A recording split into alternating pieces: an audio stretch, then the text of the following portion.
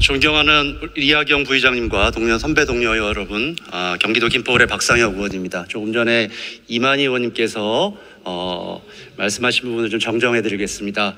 윤석열 씨가 국민의힘의 당원인 것처럼 이재명 옆에도 민주당의 당원입니다. 이재명의 민주당이 아니라 민주당원들이 주권인 민주당이라는 사실을 말씀드리면서 이 질의를 시작하도록 하겠습니다. 우리 법원행정처장님 나와주시죠.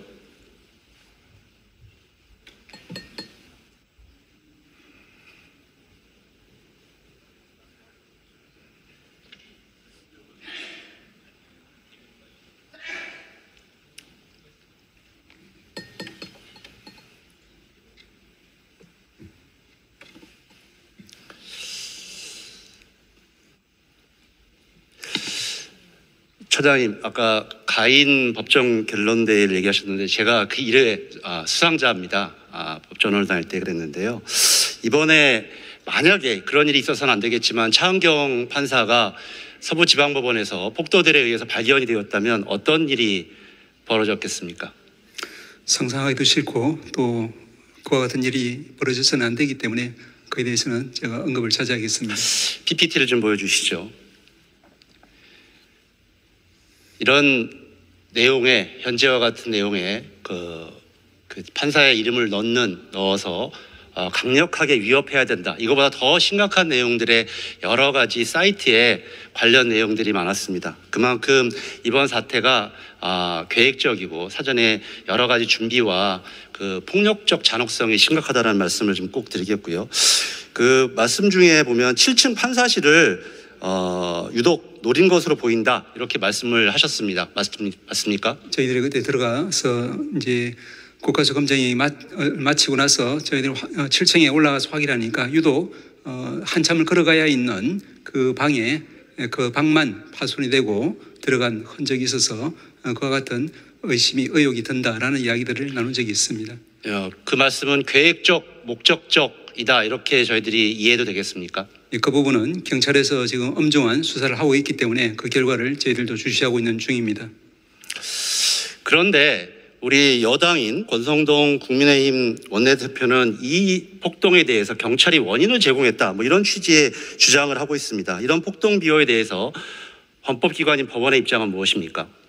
저희들은 이제 그런 표현이 정치적인 레토릭이라고 생각합니다. 설마 우리 아까 이제 여러 의원님들이 한결같이 이번 일은 일어나서는 안 되고 용납해서도 안 되는 그런 일이라고 한결같이 말씀 주셨기 때문에 저희들은 진심으로 그와 같은 의미라고는 받아들이고 싶지도 않습니다.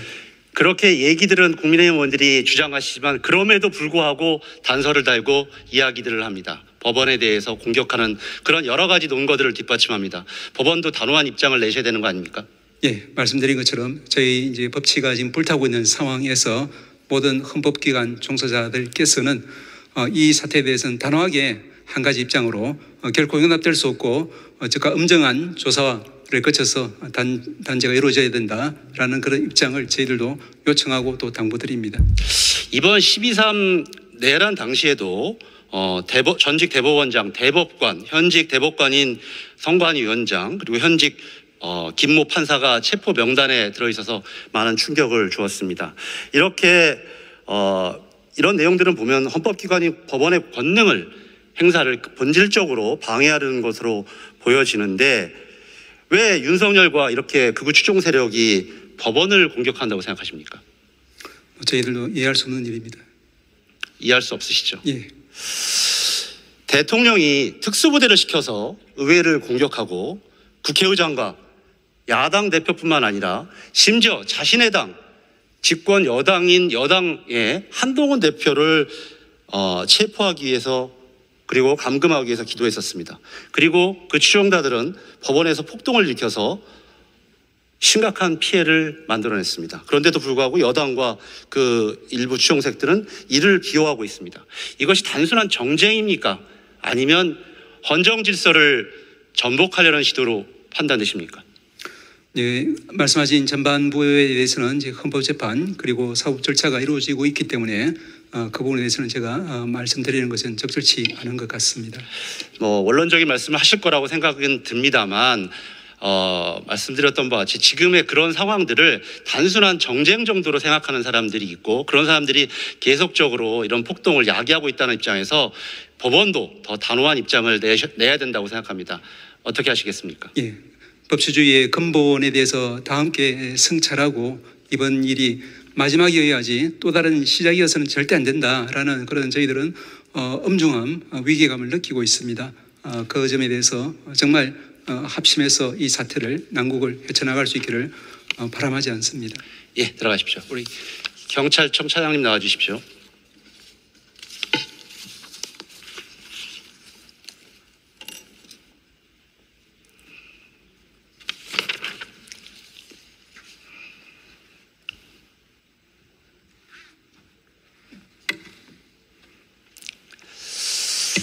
차장님, 이번 서부지방법원의 폭동 사건과 관련되어서 우리 최상목 권한대행이 이전에 윤석열에 대한 체포 과정에서 단호한 법 집행의 의사를 보였다면 이런 폭동으로 연결되지 않았을 거라는 그런 분석이 있습니다. 차장님, 그 당시에 1, 2차 체포 당시에 우리 첫 권한대행으로부터 단호한 법 집행의 지시를 받은 바가 있습니까? 제가 거기에 대해서 구체적으로 언급할 입장은 아닌 것 같습니다. 없다는 얘기시죠? 물리적 충돌을 방지하고 철저하게 영장 집회 시위 관리를 철저히 하라는 지시를 받았습니다. 그런 정도이지 단호한 법 집행, 이 얘기를 들은 것은, 이 지시를 받은 것은 아니지 않습니까? 결국 그것이 이번 폭동과 같은 불행한 사태로 연결되었다는 것이 본 의원과 많은 국민들의 생각입니다. PPT 한번 띄워주시죠.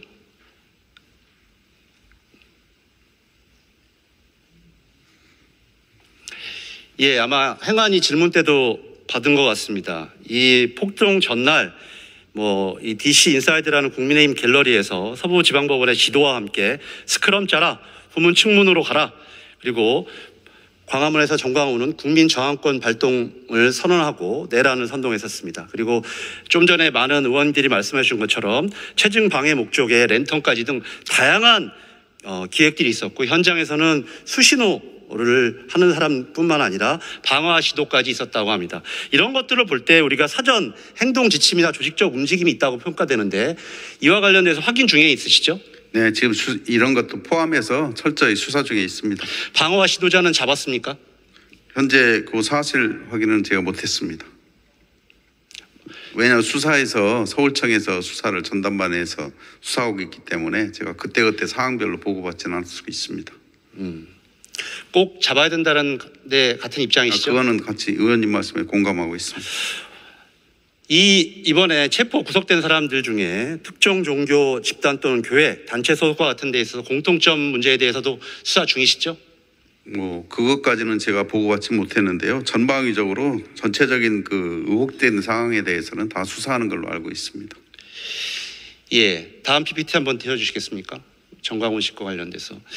이 행안위에서도 나왔는데 이분이 국민저항위원회를 구성했다 이렇게 얘기를 하고 앞으로 여기를 통해서 통치해 나가겠다 이런 취지를 얘기했습니다. 이것이 단순한 정치적 수사가 아니라 상당한 예산과 조직, 집행력을 가진 단체임이 과거에도 드러나 있었고 이번 사건에도 보면 굉장한 실행력을 전 보여줬다고 생각합니다.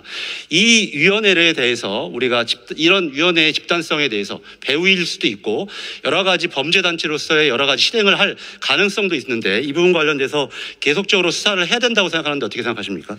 이 문제는 잘 살펴보도록 하겠습니다.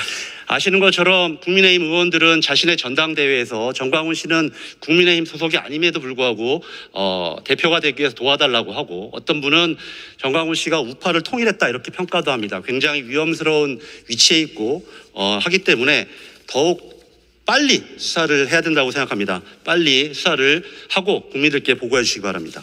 네, 잘 살펴보도록 하겠습니다.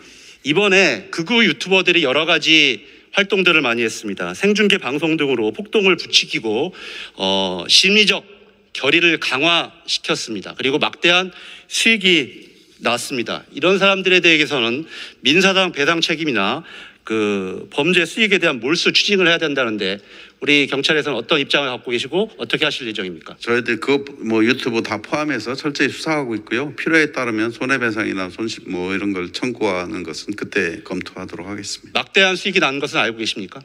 뭐 언론이나 이런 데서 들어서 알고 있고 실제로 제가 확인한 건 없습니다. 우리 차장님께서는 확인만 많이 말씀하시는데 이런 부분에 대해서는 단호한 법 집행 의지를 보여줘야 추상적으로 말씀을 하셨기 때문에 예, 제가 단호한 법 집행 의지를 보여주는 것이 어렵습니다. 예. 앞으로의 폭동이나 많은 폭력을 방지한다는 데 대해서 꼭 유념해 주시기 바랍니다. 예, 철저히 수사하겠습니다.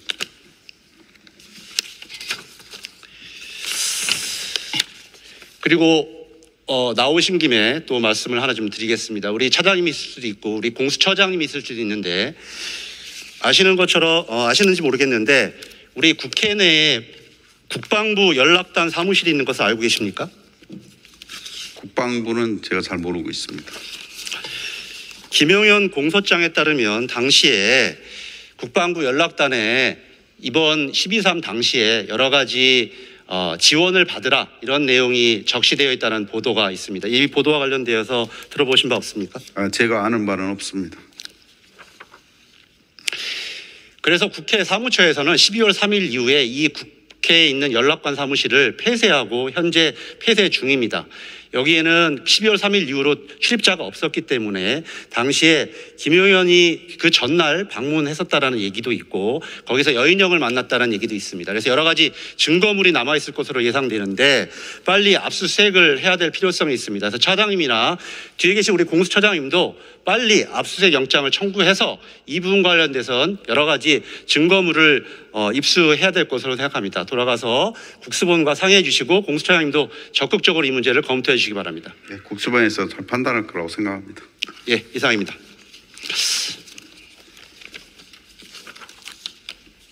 차장님 잠시만. 네, 죄송합니다. 예, 죄송합니다. 질문이 남았는데요. PPT를 좀 띄워주시죠. 우리 국민의힘 관련된 PPT를 좀 띄워주시죠. 예, 뭐 이미 많이 나왔습니다만 여러분들이 이야기했습니다. 뭐 윤상현 씨, 그다음에 권영세 대표, 김재원 전 의원, 황교안 씨까지 뭐 기축했는데 오늘 보니까 그 유튜버 중에 한 명, 김건희 여사 유튜브인가요? 뭐 팬클럽을 운영하는 분도 잡혀서 구속이 됐더니 윤상현 의원이 특보단장을 보냈다라는 그런 언론 보도 기사도 있었습니다. 이와 관련되어서 지난번 행안위 질의 때 우리 차장께서는 권성동 의원 질의에 대해서 확인해 보겠다. 뭐 이렇게 답변하셨습니다. 확인하셨습니까? 경찰이 이번 폭동의 원인이 맞습니까? 그거는 뭐 동의하지 않습니다. 동의하지 않습니까? 그럼 어떤 행동을 취하실 겁니까? 아까 말씀드렸듯이 제가 뭐 거기에 대해서 언급하는 것이 적절치 않다고 행안위 때 말씀을 드렸습니다. 지금 많은 경찰들이 우리 차장의 입과 행동을 보고 있습니다. 왜 국민의힘의 눈치를 보고 있는 겁니까? 정확한 사실관계가 있는 걸 전제로 해서 말씀이 돼야 되는데요. 여기에 대해서 제가 사실관계가 없는데 저렇게 호도하고 있으니 이에 대해서 전체 경찰 조직의 명예를 위해서 단호하게 입장을 내고 국민의힘에 대해서는 이런 부분에 대해서 사과하라 이렇게 하셔야 되는 거 아닙니까? 경찰은 언제나 정치적 중립을 지켜야 된다고 저는 생각하고 있습니다. 많은 후배들과 전체 조직이 보고 있습니다. 차장님. 반드시 이런 문제들에 대해서는 명백하게 항의하시고 입장을 내십시오. 예, 들어가십시오.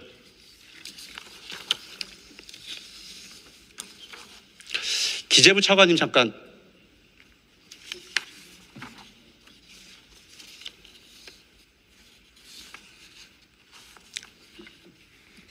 예.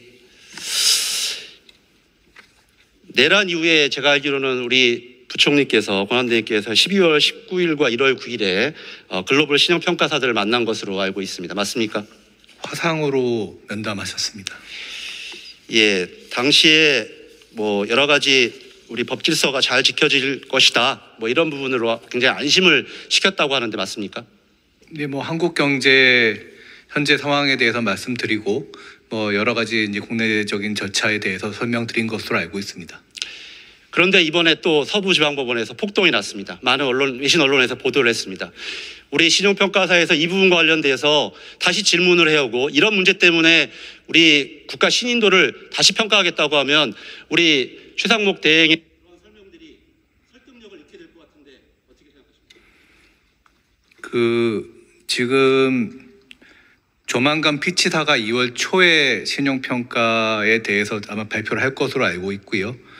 3월 달에 S&P가 아마 그 평가 관련해서 저희랑 협의를 할 것으로 알고 있습니다. 당연히 이런 부분에서 뭐 법치주의를 훼손하는 부분에 대해서도 신평사들이 많은 걱정을 하고 있고요.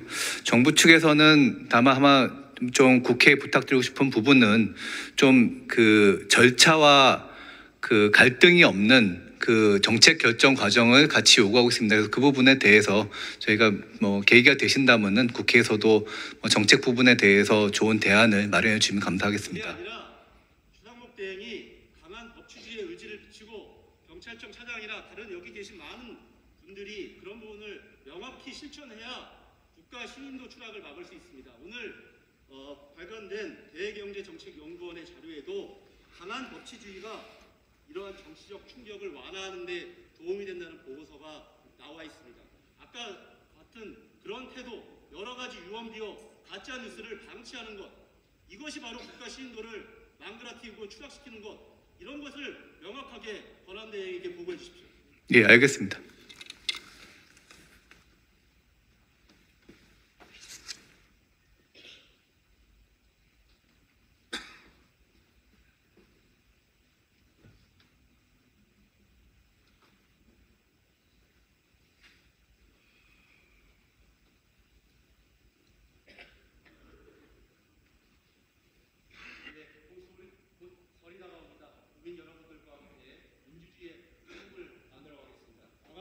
법질서로 민주주의를 실천하겠습니다.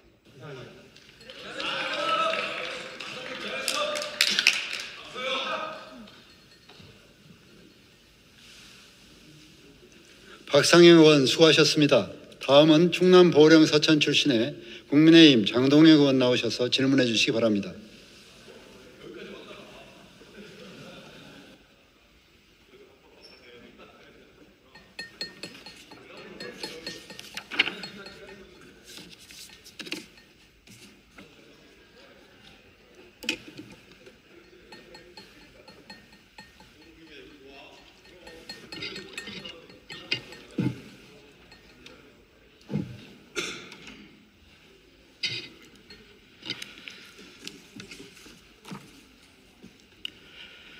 존경하는 국민 여러분, 이하경 국회 부의장을 비롯한 선배 동료 의원 여러분, 국민의힘 장동혁 의원입니다.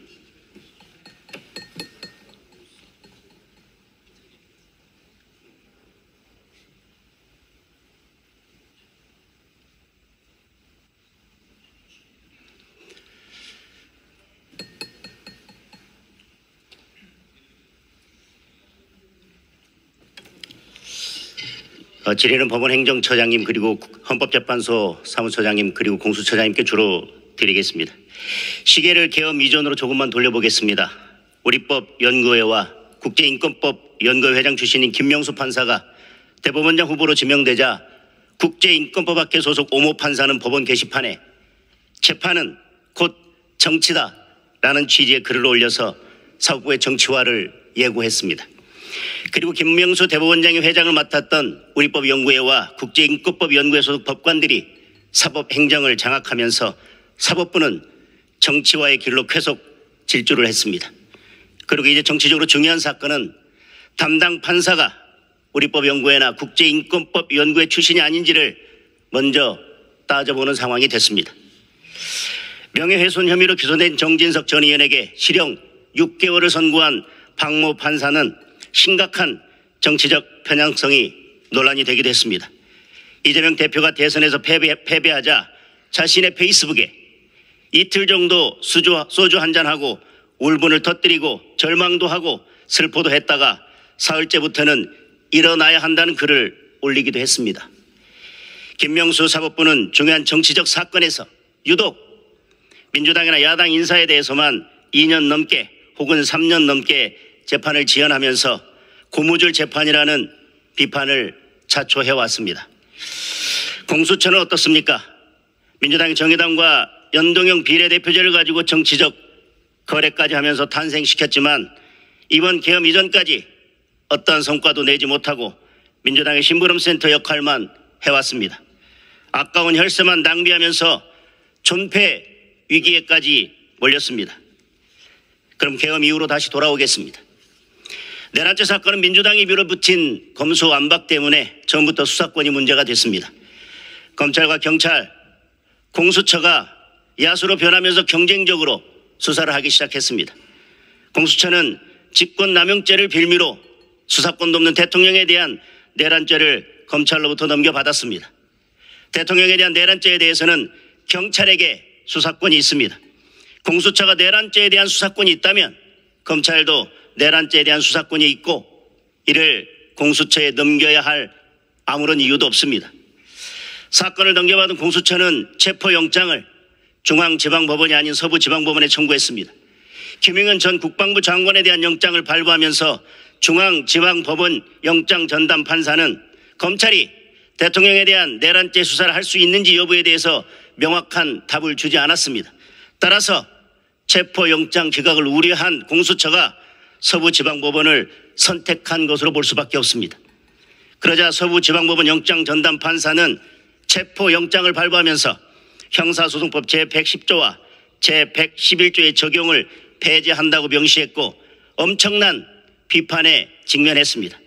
체포영장을 발부받은 공수처는 체포영장 집행이 여의치 않자 뜬금없이 기간 만료 하루를 남기고 체포영장 집행을 경찰에 넘겼고 경찰이 이를 거부하면서 국민적 망신만 샀습니다. 공수처는 서부지방법원에 체포영장을 다시 청구했고 영장 전담 판사는 이례적으로 유효기간이 3주나 되는 체포영장을 발부합니다.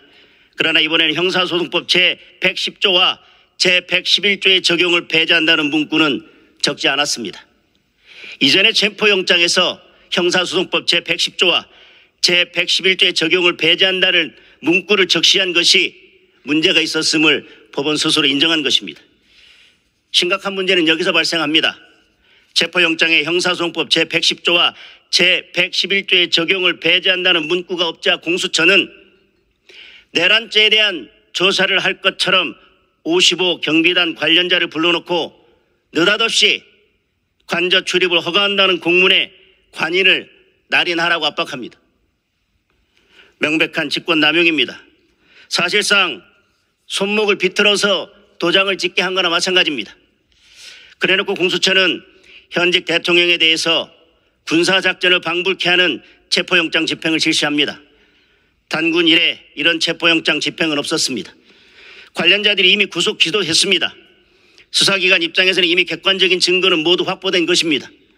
마음만 먹으면 대통령에 대해서도 기소할 준비는 마친 것입니다. 그런데 그토록 체포에 목숨을 건 이유가 무엇입니까? 구속 이후에도 여러 차례 강제 구인을 시도했습니다. 대통령이 체포된 지난 15일 이를 항의하던 한 시민은 공수처 앞에서 분신을 했고 결국 엿새 만에 사망하셨습니다. 그런데 이틀 뒤인 17일 대통령에 대한 구속영장을 청구한 공수처장은 자신을 임명한 대통령을 체포하고 구속영장을 청구한 다음에 이를 자축하는 술파티를 열었습니다. 공수처장, 와인이 목구멍으로 넘어갑니까? 그리고 서부지방법원 영장전담 판사는 19일 새벽 대통령에 대한 구속영장을 발부하면서 증거인멸의 우려가 있다고 했습니다. 관련자들이 다 구속 기소됐고 객관적인 증거가 확보됐는데 어떤 증거를 어떻게 인멸한다는 것입니까? 결국 오늘 공수처는 대통령에 대한 내란죄 사건을 검찰에 다시 넘겼습니다. 체포 구속 이후에 도대체 한 것이 무엇이 있습니까? 한 것도 없이 사건을 검찰에 넘길 거면서 현직 대통령에 대한 체포 구속에 그토록 목을 맨 이유가 무엇입니까? 결국 계엄 이후에 공수처는 여전히 수사 능력이 없다는 사실과 정치적으로 편향되어 있다는 사실만 다시 확인시켜 주었습니다. 헌법재판소도 마찬가지입니다. 쟁점도 간단하고 신속하게 결론 낼 수 있는 탄핵 사건들을 제쳐두고 대통령에 대한 탄핵 사건만 최우선적으로 심리를 하겠다고 합니다. 어찌된 영문인지 탄핵 사유의 80% 이상을 차지하는 내란죄 부분은 슬그머니 탄핵 사유에서 제외하겠다고 합니다. 내란죄에서 죄자만 뺐다, 내란의 사실관계는 그대로 남아있다라고 하지만 심리를 보면 전혀 아닌 것 같습니다. 미리 답도 정해놓고 선고 날짜도 정해놓고 눈 감고 귀 닫고 달려가는 모습입니다. 기피 신청 기각도 이해하기 어렵습니다. 국회 측 변론을 맡고 있는 김희수 변호사는 공익인권법재단 공감의 이사장이고 정계선 재판관의 남편인 황필구 변호사도 공감 소속입니다. 헌법재판소는 심판의 공정을 해하지 않는다는 이유로 기피 신청을 기각했습니다. 어느 국민이 납득하겠습니까? 김희수 변호사를 선임할 당시 이미 민주당에서는 헌법재판관 후보로 정계선 판사를 추천한 상태였습니다. 따라서 미리 계획된 것이지 우연도 아닙니다. 대법원 규칙인 법관 사무분단 사건 배당 예규 제14조에 의하면 법관과 개인적인 연고가 있는 변호사가 선임될 경우 재판장은 사건 재배당을 요구할 수 있도록 규정하고 있습니다. 재판의 공정을 기할 수가 없어서 스스로 회피해야 한다는 것입니다. 공감의 홈페이지를 보면 공감의 소속 구성원은 13명에 불과합니다. 그중 황필규 변호사는 20년 차로 공감 초창기부터 일했고 사실상 대표 변호사나 마찬가지입니다. 그런데도 헌법재판소는 황필규 변호사가 공감의 근로자에 불과하기 때문에 공정한 심판에 아무런 문제가 없다고 합니다. 적법 여부를 떠나서 공수처의 수사는 정상적이지 않습니다. 역시 적법 여부를 떠나서 법원의 영장 발부도 많은 논란을 야기했습니다. 사법이 정치를 만나는 순간 법치는 무너지고 국가는 존립 기반을 상실합니다. 지금 대한민국의 사법은 안녕합니까? 법은 권력자 앞에서 약해져서도 안 되지만 권력자의 등 뒤에서 야수로 변해서도 안 됩니다. 법이라는 강물은 누구에게나 똑같이 흘러야 합니다. 지금은 법이라는 강물이 강둑을 넘어 흘러 넘치고 있습니다. 공수처에 항의하다 분신한 시민이 사경을 헤매고 있을 때 자신을 임명한 대통령에 대한 구속영장을 청구하고 와인을 마시며 웃고 즐기는 공수처장의 모습은 사법이 정치를 껴안고 춤을 추는 모습일 것입니다. 대통령에 대한 구속영장이 발부된 이후에 66명의 시민들이 서부지방법원의 담장을 넘었고 법적으로는 56명에 대한 구속영장이 발부되었습니다. 그러나 이번 사건을 계기로 법률적 판단과는 별개로 수사기관과 사법부에 대한 신뢰의 담장은 이미 허물어져 버린 것은 아닌지, 인권보호의 마지막 보루가 무너진 것은 아닌지 되돌아보아야 할 것입니다.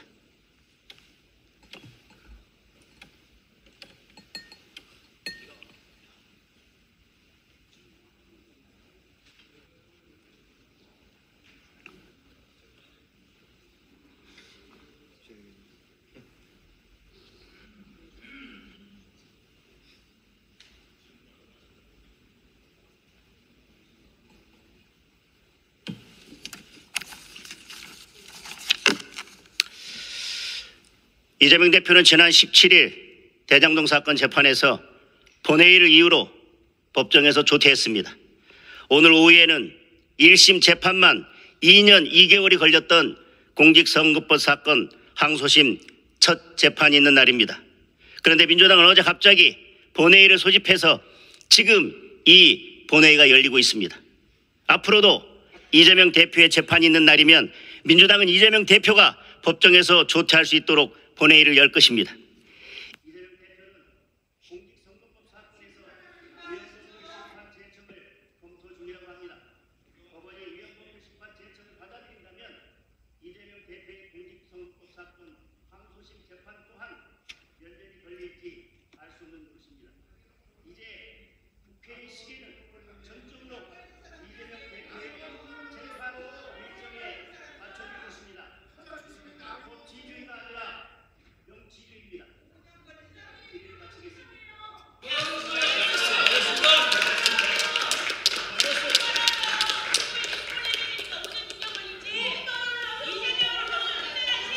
장동혁 의원 수고하셨습니다.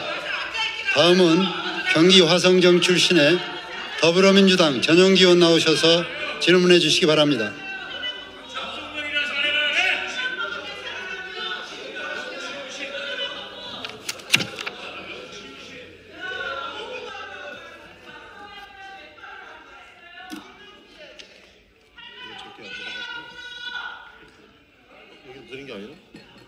누가 놔두고 온 거야 이거?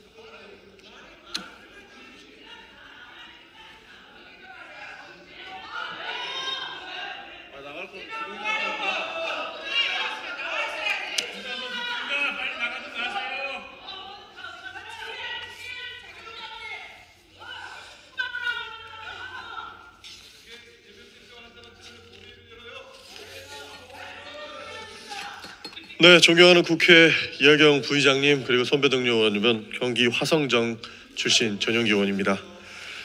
네, 극우 카르텔이 대한민국에서 극성을 부리고 있습니다.